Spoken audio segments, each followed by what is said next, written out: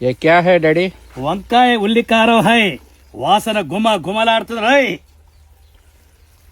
బాగుంది చూడ్డానికి. Super recipe ఇది. ఏమనుకున్నావు, పాతకాలం నాటి వంట. ఎప్పుడు పెడుతున్నాం ఇది? పెట్టాలా, ఎలాంటి చేసి జనాలు చూపియాలా, పాతకాలం మళ్ళీ గుర్తు చేయాలి పాత వంటల్ని. అంతే అంటావా? ఆ, బాగుంది చూడడానికి, టెంప్టింగ్ గా ఉంది. సూపర్గా ఉంటది. తింటుంటే కూడా అలాగే ఉంటది. నోట్లో సొంగ గారాలంటే నీళ్లు గారాలా, ముక్క నోట్లో పెట్టి తింటుంటే అబ్బా అనాలా. ఏమనుకున్నావు, పాతకాలం వంటల మజానే అలాగుంటది.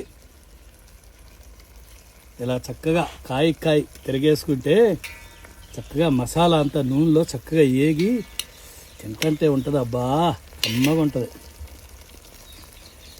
మసాలా వేసినాక చాలా జాగ్రత్తగా మసాలా విడిపోకుండా ఏ కాయ చక్కగా ఇలా తిరిగేసుకోవాలన్నమాట.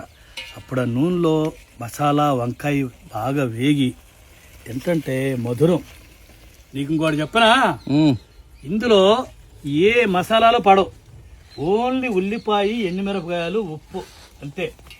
ఎప్పుడైనా సరే ఒక కూర ఒరిజినాలిటీ రావాలి అంటే మసాలాలు వేయకుండా ఇలా వండితేనే ఆ కూర యొక్క స్మెల్ కానీ రుచి కానీ ఒరిజినాలిటీ బయటకు వస్తుంది.